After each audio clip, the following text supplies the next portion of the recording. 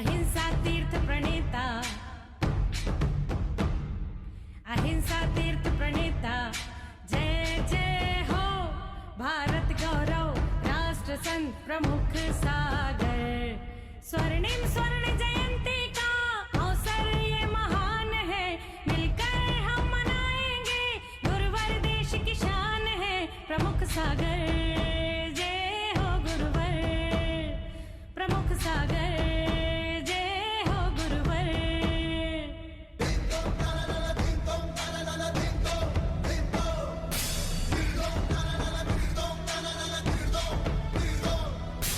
अर्धशतक जो पूरा हुआ। इस कार्यक्रम के पुण्यार्चक हैं श्री दिगंबर जैन पंचायत, गुवाहाटी, असम।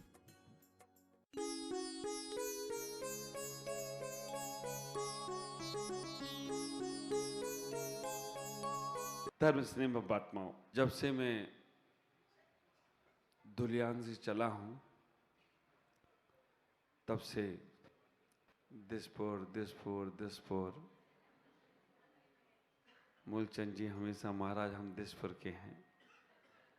आप विचार करके रखना, जब से चला हूं और जितना समय मुझे धुलियान से गुवाहाटी आने में नहीं लगा, उससे ज्यादा समय में गुवाहाटी से दिसपुर आने में लग गया हो तो कोई आश्चर्य। कितना समय लग गया। कब से मैं शुरू में ही सोचा था, रास्ते में प्लानिंग करी, खूब विचार किए, हमने सब लोगों से बोला कि अपन चलेंगे, पहले दर्शन करेंगे, पहले सारे जितने भी गुवाहाटी के आसपास के मंदिर हैं सबके दर्शन करेंगे, सबकी भक्ति करेंगे, पूजन करेंगे। लेकिन मेरा पुण्य शायद उस वक्त उदय नहीं था। आज मेरा पुण्य उदय आया कि दिसपुर के मूल नायक के दर्शन का सौभाग्य। आप विचार करके रखना, कभी कभी आपके पुण्य नहीं, मेरे भी पुण्य उदय में आते हैं। आप लोग तो रोज मिलते हो भगवान से। आज वास्तव में जो बात हमारे प्रदीप भाई ने कहा था ना कि अगर हमारे दिसपुर नहीं आए तो यात्रा पूरी नहीं होगी, लग रहा है आज हमारी पूर्वोत्तर की यात्रा शुरू हो गई।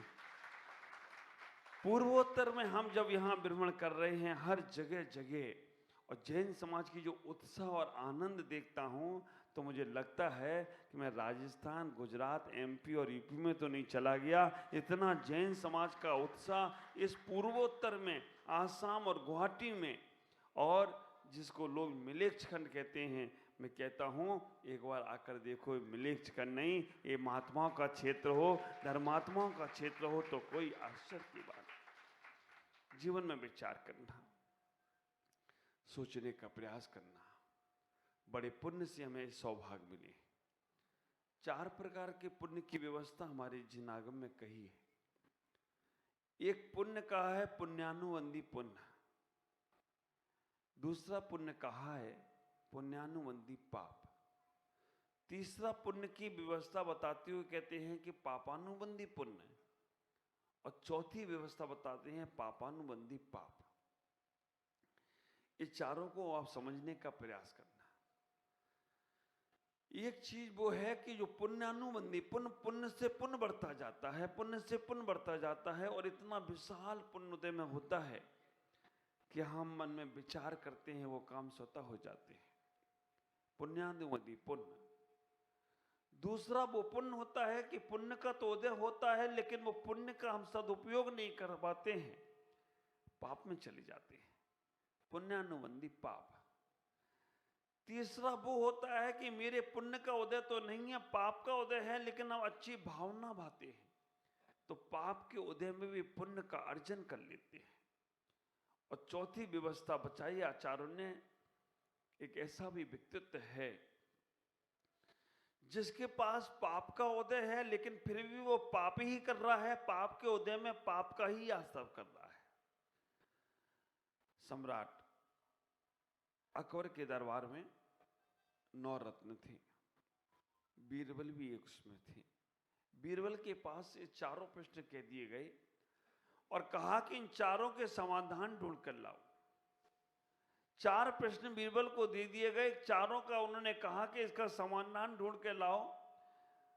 अकबर ने कहा कि हमारा पहला प्रश्न है कि यहां भी है और वहां भी है, दूसरा प्रश्न है, यहां तो सब कुछ है, वहां कुछ नहीं है। तीसरा है, यहां तो कुछ नहीं है लेकिन वहां सब कुछ है। और चौथा है, जो ना यहां है और ना वहां है। 4 प्रश्न है। यहां भी है और वहां भी है।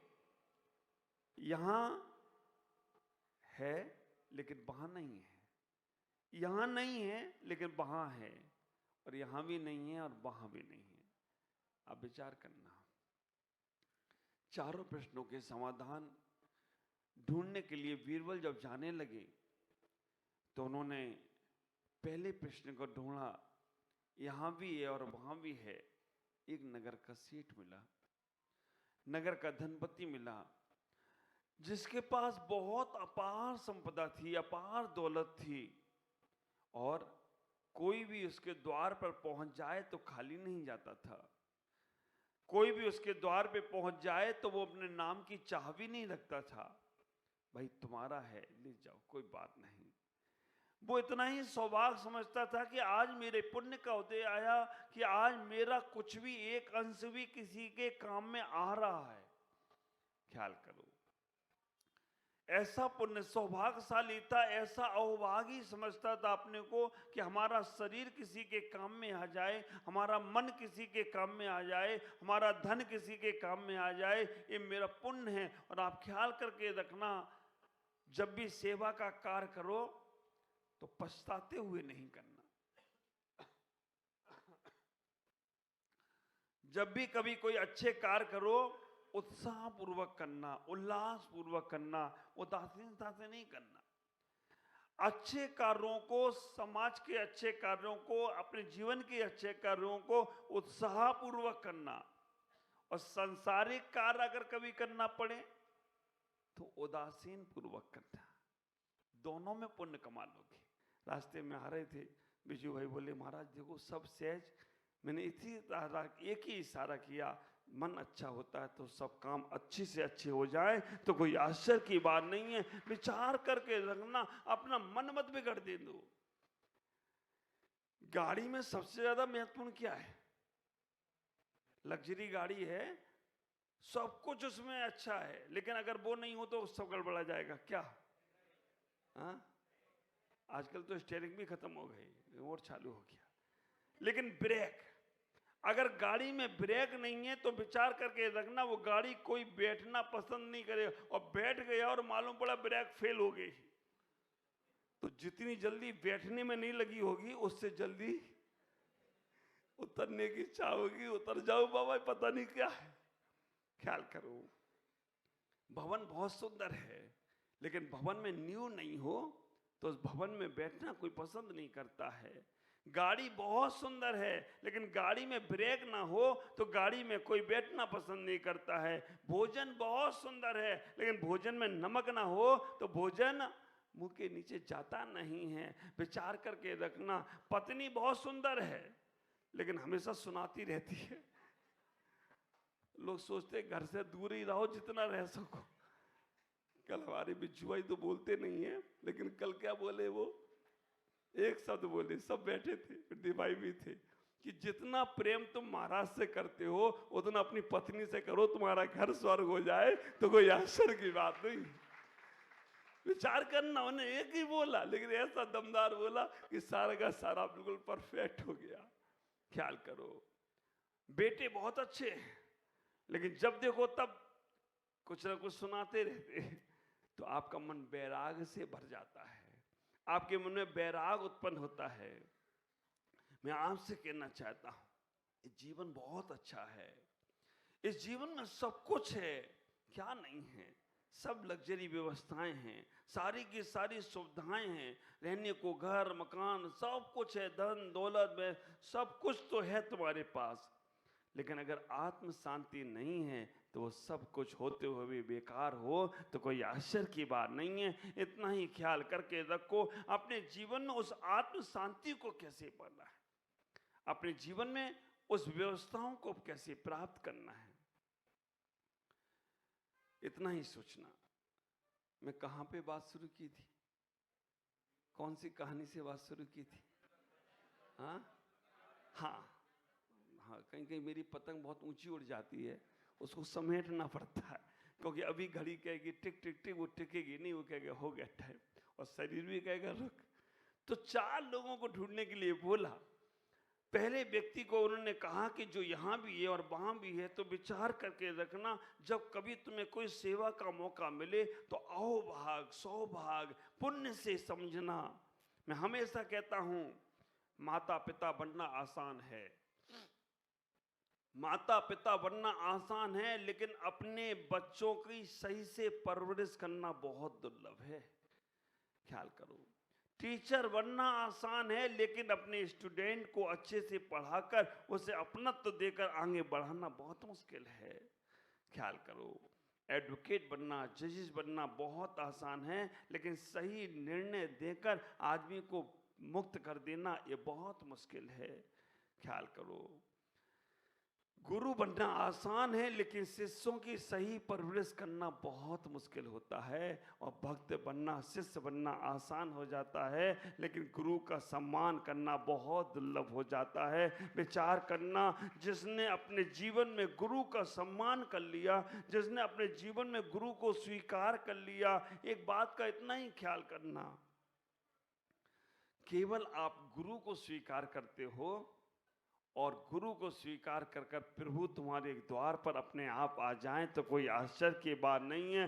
क्योंकि राष्ट्रपति को लाने के पहले पहले प्रधानमंत्री को तैयार करो, प्रधानमंत्री के पहले एमएलए को तैयार करो। अगर एमएलए ने हर हकीकत दिखा दी, आप विचार करना, उन्होंने कहा बिल्कुल सही मामला है, तो एमएलए की बात को सुनकर मुख्यमंत्री तैयार होते हैं, और मुख्यमंत्री ने भी कहा सही है, तो फिर प्रधानमंत्री और राष्ट्रपति भी तैयार होते हैं। मोहन भागवत जी आए, उन्होंने जाकर सीएम से हेमंत बिश्व शर्मा से कहा कि महाराज जी के पास जाना है, तो वो प्रोग्राम बनाकर दौड़े दौड़े चले आए हों तो कोई आश्चर्य की बात नहीं है। ख्याल करके रखना, एक छोटा सा संकेत कहीं मिलता है तो सब काम अपने आप हो जाते हैं। इतना ही विचार करो, संतों की अच्छी सेवा करते हो, गुरुओं की अच्छी सेवा करते हो, इस सेवा तुम्हारी संत और गुरुओं तक सीमित नहीं रहती है। आप सोचो कि संतों की सेवा कर ली, गुरुओं की सेवा कर ली, बस हमने पुण्य मिल गया और अच्छा काम हो गया, नहीं। इस संत की सेवा, गुरुओं की सेवा उस परमात्मा की सेवा तक पहुंचती है, और आज नहीं तो कल वो परमात्मा अपने नगरों में विचरण करने लगता है। विचार करना, जो तुम्हें मिला है उसे सदुपयोग करो। धन मिला हो तो धन का सदुपयोग करो, धन मिला है तो धन का सदुपयोग करो, और अच्छे काम का सदुपयोग करो। पहला व्यक्ति बीरबल ने कहा तुमको मेरे साथ चलना है, उसे ले लिया। जिसके पास यहां भी सब कुछ था और वहां की भी व्यवस्था बना रहा था। दूसरे नंबर पर देखा एक नाचने वाली नृत्यांगना वेश्या, उसके पास यहां बहुत कुछ था, पूरा श्रृंगार की हुई थी, काफी लोग उसके पीछे घूम रहे थे, गाड़ियां घोड़े, और बहुत उसके साथ थिरक रहे थे, नाच रहे थे, झूम रहे थे, सब कुछ था उसके पास यहाँ। बीरबल ने कहा तुम्हें मेरे साथ चलना होगा। बीरबल उसको भी ले लिए साथ में और चलने लगे। बीरबल ने उसको भी साथ में ले लिया और अपने साथ चलने लगे।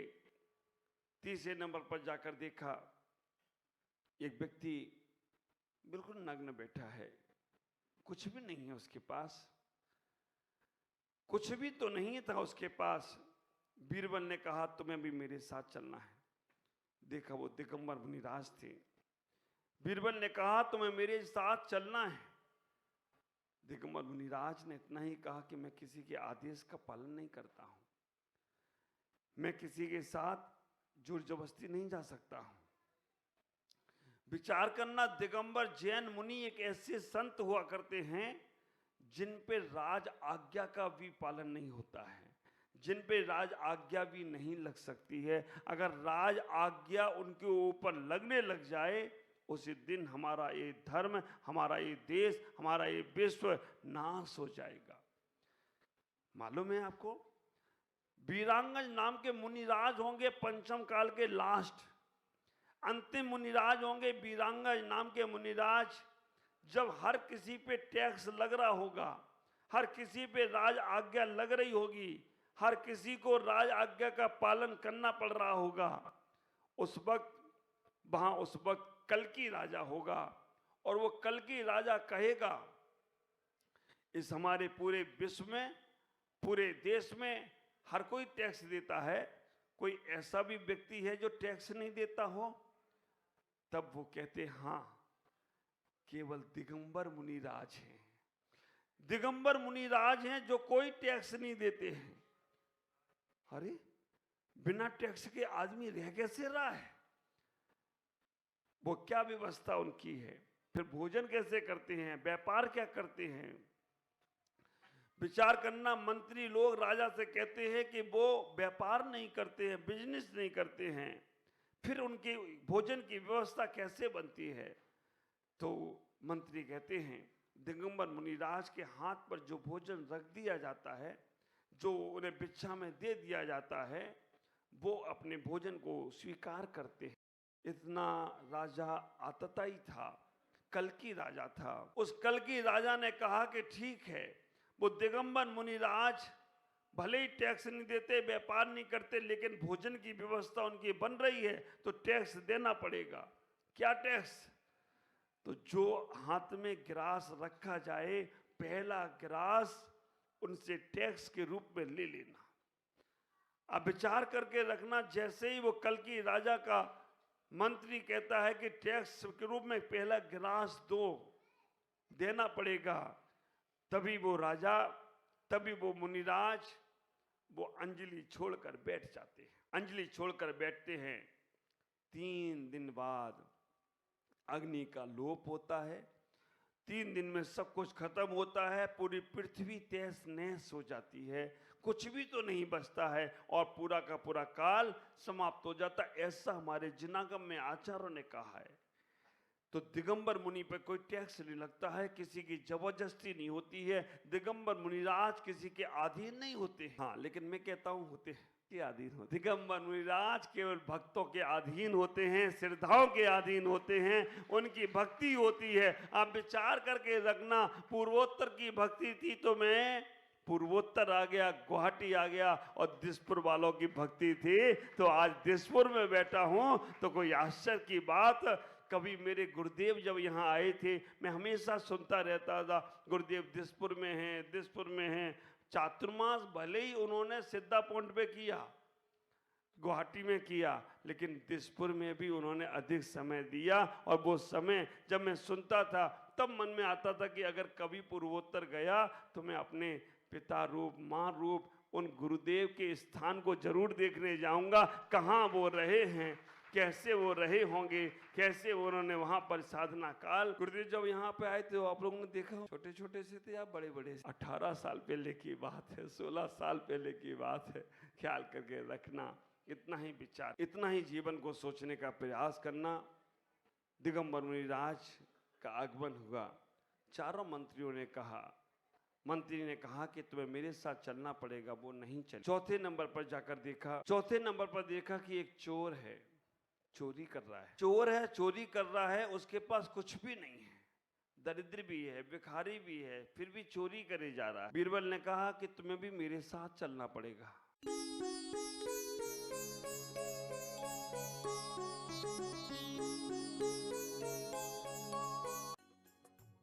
इस कार्यक्रम के पुण्यार्चक थे श्री दिगंबर जैन पंचायत, गुवाहाटी, असम।